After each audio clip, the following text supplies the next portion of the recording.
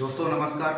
आज हम अपना जो भारत देश है साथियों, आज हम भारत देश के ऊपर जानकारी प्राप्त करेंगे कि भारत देश में कितने कितने कौन से राज्य हैं। तो उसके विषय में ये एक हमारे स्कूल में ये वॉल पेंटिंग की गई है, उसके ऊपर ये नक्शा बना हुआ है, उसमें सभी प्रदेशों के नाम लिखे हुए हैं। हम उस पर थोड़ा सा एक जानकारी प्राप्त करेंगे। जो भारत में जो 28 प्रदेश हैं, भारत में कुल कितने प्रदेश हैं? 28 प्रदेश हैं। और ये हमारे प्रदेश के जो 8 केंद्र शासित प्रदेश हैं उनके ये नाम लिखे हुए हैं। तो भारत का जो सबसे उत्तरी अगर प्रदेश की बात करेंगे वो है लद्दाख। सबसे ऊपर जो है लद्दाख है, और पहले जम्मू कश्मीर हुआ करता था, अब इसको दो भागों में बांट दिया गया, जम्मू एंड कश्मीर तथा लद्दाख, और ये दोनों केंद्र शासित प्रदेश होते हैं। तो उत्तर भारत जो सबसे उत्तरी प्रदेश है वो लद्दाख है, लेकिन वो केंद्र शासित प्रदेश है। लेकिन अगर सबसे उत्तरी प्रदेश की बात करेंगे तो वो हो जाएगा हिमाचल प्रदेश। भारत का जो सबसे पश्चिमी प्रदेश है वो है गुजरात, जिसकी तटरेखा भारत की सबसे बड़ी मानी जाती है। और भारत का जो सबसे पूर्वी जिला है वो है अरुणाचल प्रदेश। ये अरुणाचल प्रदेश है, सबसे बड़ा पूर्वी जिला माना जाता है। गुजरात और अरुणाचल प्रदेश के बीच में जो समय का अंतर है लगभग 2 घंटे का अंतर होता है। भारत के जो सबसे दक्षिणी जिले की बात करेंगे तमिलनाडु है, ठीक है, सबसे नीचे है।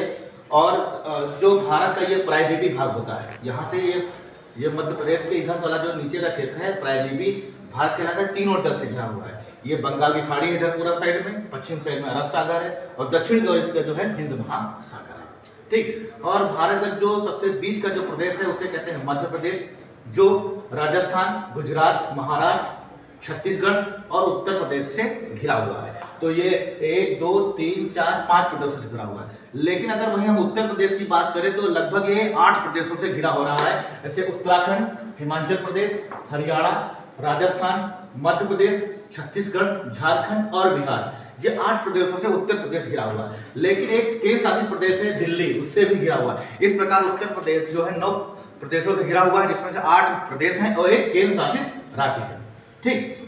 और उसके बाद हम बात करेंगे कि ये जो हमारे यहाँ देखो, ये इसे चिकन नेक बोलते हैं। जो सिक्किम वाला क्षेत्र होता है, पश्चिम बंगाल और सिक्किम के बीच का ये चिकन नेक होता है, लगभग 20 किलोमीटर का क्षेत्र है, ठीक। और इस साइड के जो क्षेत्र प्रदेश हैं इनको हम लोग इनको प्रदेशों को हम 7 बहनों का प्रदेश कह देते हैं, जिसमें अरुणाचल प्रदेश, नागालैंड, मणिपुर, मिजोरम, त्रिपुरा, मेघालय और असम, ठीक।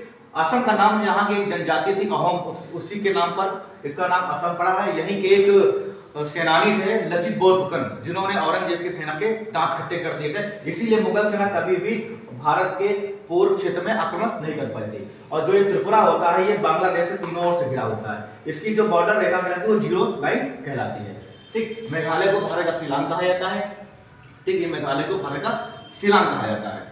और अगर हम बात करें, ठीक, केरल, सिक्किम, कर्नाटक, आंध्र प्रदेश, ये गोवा जो है भारत का सबसे छोटा राज्य माना जाता है।